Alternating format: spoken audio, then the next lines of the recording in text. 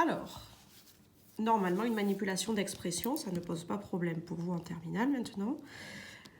Donc ça, c'est pareil. Ça, il faut savoir refaire. Ok? Donc je mets un petit coup de fluo là où il faut savoir refaire. Là où il faut savoir refaire. Et là, on avait dit, ça, c'est du par cœur, mais c'est bien de savoir refaire. C'est quand même un peu l'objectif du programme. Donc l'interférence, elle est destructive si la différence de marche delta, c'est un nombre entier de longueur d'onde. Donc ça veut dire que x fois l'écart entre les deux fentes ou les deux trous divisé par la distance entre les trous et l'écran égale k fois lambda. Donc on observera une interférence constructive si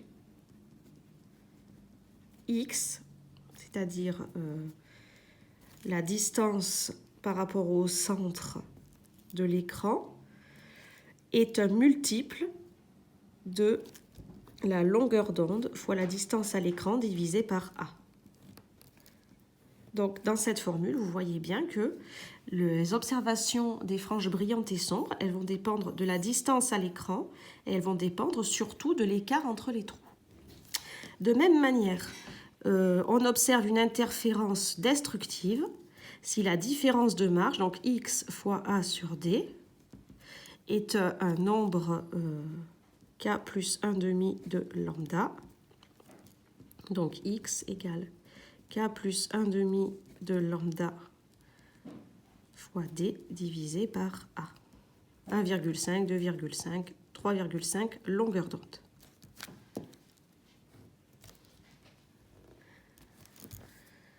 Alors, j'ai débordé sur l'interfrange. Vous devez savoir calculer l'interfrange. Ça aussi, il faut savoir le faire. Qu'est-ce qu'on vous dit? On a donné la définition dans ce paragraphe. On a dit que l'interfrange notée I, c'était la distance qui sépare deux franges lumineuses de deux franges sombres. Donc, si je considère la frange lumineuse 1, admettons, elle est pour K qui vaut 1.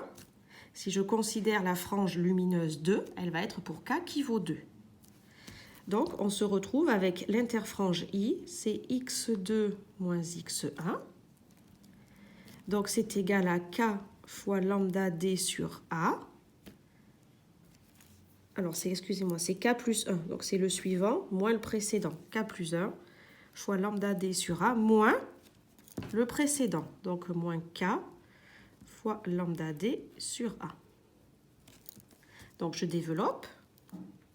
Ça veut dire que l'interfrange qui vaut x2 moins x1, la différence sur l'écran entre deux franges brillantes, elle vaut K lambda D sur A plus lambda D sur A. J'ai développé ma parenthèse K plus 1 moins K lambda D sur A. On s'aperçoit de quoi? Que cette expression se simplifie considérablement et qu'il reste en réalité que l'interfrange I, il vaut la distance à l'écran fois la longueur d'onde du faisceau laser divisé par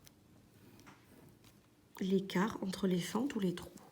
Équation aux dimensions, on a des mètres, on a des mètres, on a des mètres. On retrouve bien quelque chose d'homogène, une distance en mètres. Je vous laisse le faire avec ça. C'est-à-dire que là, vous prenez x2 qui vaut k plus 1 plus 1 demi, x1 qui vaut k plus 1 demi. Vous faites la différence entre le suivant moins le précédent. Vous pourriez appeler ça quasiment en maths des récurrences. Et donc, normalement, vous devez retrouver cette expression, puisque qu'on soit entre deux franges brillantes ou deux franges sombres, eh bien, l'interfrange est le même. Donc ça, c'est à savoir redémontrer aussi.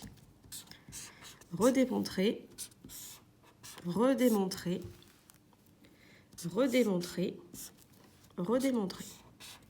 Alors, vous organisez mieux que moi sur le poly, mais je sais que vous écrivez plus petit. Donc là, à chaque fois, vous vérifiez mètre fois mètre divisé par mètre, ça donne bien des mètres. Donc, méfiez-vous sur les exercices parce que c'est assez traître les interférences, puisque souvent, l'écart entre les fentes est donné en micromètres ou en millimètres. Vous, sur l'écran, vous mesurez en centimètres. La distance est donnée en mètres. Donc, il faut bien penser à tout regarder pour les conversions. Donc ça, il faut vous entraîner. Tout ça, toutes ces vidéos, ces démonstrations, il faut savoir les refaire pour mardi. C'est votre travail en autonomie des 2 heures de demain. Donc maintenant, quand on tourne, donc je vous avais fait le schéma. Donc admettons que ça, c'est la longueur d'onde, lambda, lambda, lambda. Eh bien, nombre entier de longueur d'onde, par exemple, ici, ça sera une interférence constructive. Ici, ça sera une interférence destructive. Ici, constructive. Oui.